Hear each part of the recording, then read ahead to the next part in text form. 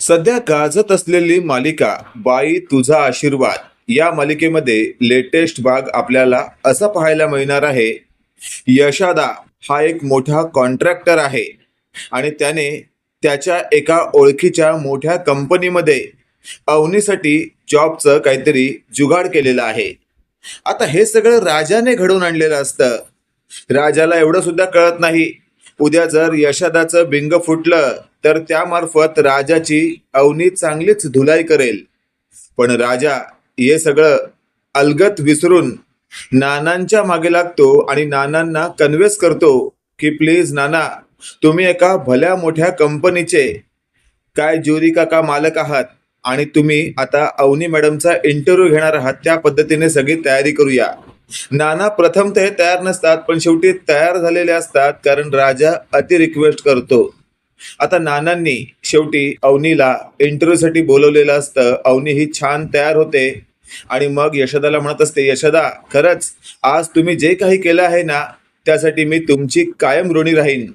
हे वाक्य ऐकल्यावर यशोदा चांगलाच गडबडलेला असतो. तो स्वतःशी बोलत असतो, अवनी मॅडम, ज्यावेळी तुम्हाला खरं सत्य समजेल त्यावेळेला तुम्ही मला तुमच्या समोर सुद्धा उभा करणार नाही. तुम्हाला कळून चुकेल की मी सुद्धा त्या राजासारखा एकदम फालतू आणि महा खोटारडा आहे. कारण मी तुम्हाला आत्ता सांगू शकतो की मी असं काही केलं नाहीये, पण मी तसं करूही शकत नाही कारण तुमचा जो आनंद आहे तो मला महत्वाचा आहे. कदाचित या कंपनीत तुम्हाला जॉब सुद्धा मिळू शकतो. आणि अशातच आपण पाहतोय आता अवनी थेट घरातून बाहेर पडत असते. त्यावेळेला आता धन्या म्हणत असतो, वहिनी मी काय म्हणतो, माझंही आता त्या दिशेनेच काम आहे, मी आलो तर चालेल का तुमच्या बरोबर? त्यावर अवनी म्हणत असते, अरे विचारतोस काय, चल.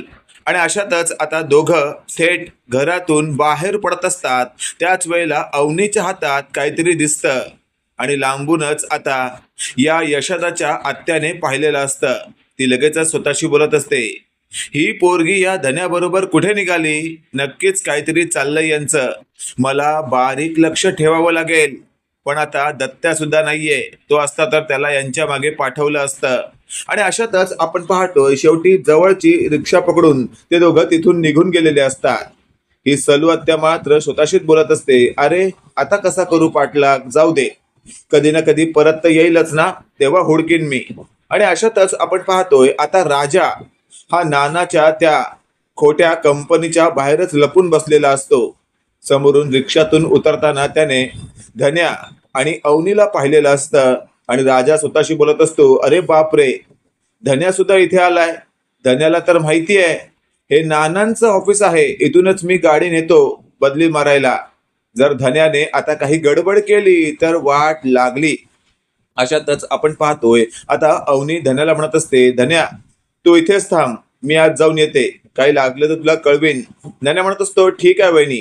धन्या तिथेच बाजूच्या एका चेअरवर बसतो आणि तेवढ्यात आपण पाहतोय अवनी आत गेल्यानंतर हा जो राजा असतो तो सुद्धा आत जात असतो. पण तेवढ्यात धन्याने राजाला पाहिलेलं असतं आणि लगेचच आता धन्या म्हणत असतो, अरे राजादा, तू इथे काय करतोय?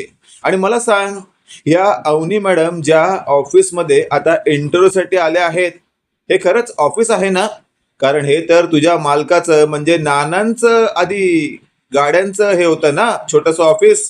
त्यावर लगेचच आता धन्याच्या तोंडावर हात ठेवत राजा म्हणत असतो, अरे गप रे गप, पूर्ण भांडाफोड करणार आहेस का तू? हे बघ, तुला काहीच माहिती नाहीये, हे लक्षात ठेव.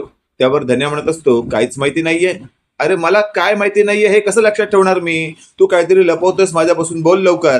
त्यावर राजा म्हणत असतो, अरे जरासं खोटं बोललोय मी, फक्त तुझी साथ हवी आहे मला. त्यावर धन्या म्हणत असतो, म्हणजे काय खोटं बोललायस तू? हे बघ, माझ्या वहिनीला काही प्रॉब्लेम झाला ना तर राजादा विसरून जाईन तू माझा मोठा भाऊ आहेस. हे वाक्य ऐकल्यावर राजा म्हणत असतो, गप्रा, तुला कळतं ना, त्यापेक्षा जास्त मला कळतं. हे वाक्य ऐकल्यावर धन्या म्हणत असतो, अरे राजादा सांग मला काय गडबड केली असतो? तेव्हा राजा म्हणत असतो, अरे तुझ्या बहिणीला मी असं सांगितलं होतं की यशोदा खूप मोठा कॉन्ट्रॅक्टर आहे. त्यावर धन्या म्हणत असतो, काय? अरे यशोदा तर आपला मिस्त्री आहे, तुला माहिती आहे ना? त्यावर राजा म्हणत असतो, मला माहिती आहे रे, तुझ्या जन्माच्या आधीपासून माहिती आहे, तू गप्पा बस, शहाणपणा करू नको. आणि हे बाई गोष्ट लक्षात ठेव, आता हे नानांचं भलं मोठी कंपनी आहे असं सांगून मी अवनी मॅडमला इथं बोलवलंय नानांच्या मार्फत. आणि आता अवनी मॅडम आतमध्ये इंटरव्ह्यू देत आहेत तर त्यांचा इंटरव्ह्यू कसा होईल ते मला आता माहिती नाही आणि त्यासाठी मला आज जावं लागेल. आणि हे बघ, घरात कोणाला काहीच कळता कामा नये मी काय कांड केलंय ते. त्यावर धन्या म्हणत असतो, बाबा आता तर वाट लागली.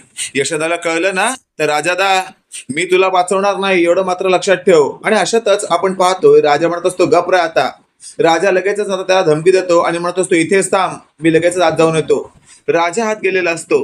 तेवढ्यात आपण पाहतोय तिथे आता अवनीचा इंटरव्ह्यू नाना घेत असतात, पण नाना चांगलेच कन्फ्यूज झालेले असतात. आणि शेवटी अवनीने नानांची बोलण्याची पद्धत, खरंच नाना इंटरव्ह्यू घ्यायच्या लायकीचे नाहीयेत हे आता अवनीला कळून चुकलेलं असतं. आणि अशातच आता अवनी म्हणत असते, खरंच एवढ्या मोठ्या कंपनीचे तुम्ही खरंच मालक आहात का? मला वाटत नाही तुमच्या बोलण्यावरून.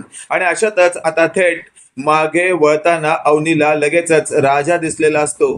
राजा लगेचच तिथून पळण्याचा प्रयत्न करतो, पण अवनीने राजाला आवाज दिल्यावर राजाला थांबावं लागतं. आणि अशातच आता राजाच्या चेहऱ्याच्या एक्सप्रेशन वळून अवनी म्हणत असते, राजा आता आलं माझ्या लक्षात, म्हणजे तू हा सगळा डाव रचलायस तर. आणि हे वाक्य ऐकल्यावर राजा म्हणत असतो, नाही हो अवनी मॅडम, मी तर सहजच इथं आलो होतो, तुम्ही काय करता इथे?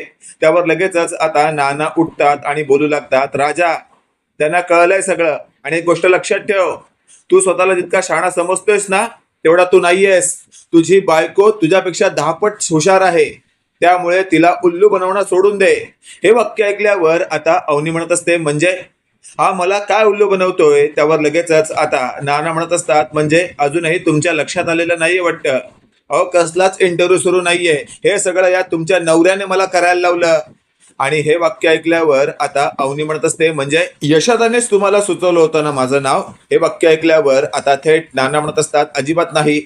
आणि आणखी एक खोटं बहुतेक तुम्हाला सांगितलेलं दिसतंय. तुमचा यशोदा म्हणजेच तुमचा जो मोठा धीर आहे तो मोठ्या कॉन्ट्रॅक्टर वगैरे काहीच नाहीये, एक साधारण प्लंबर मिस्त्री आहे तो. हे वाक्य ऐकल्यावर मात्र आता थेट अवनी एकदम चाट पडते.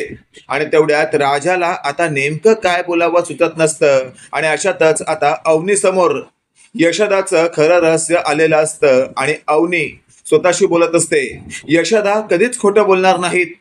अशातच आता राजा, तू मला आतापर्यंत जे काही सांगितलं आहेस त्यात किती खरं आणि किती खोटं आहे रे?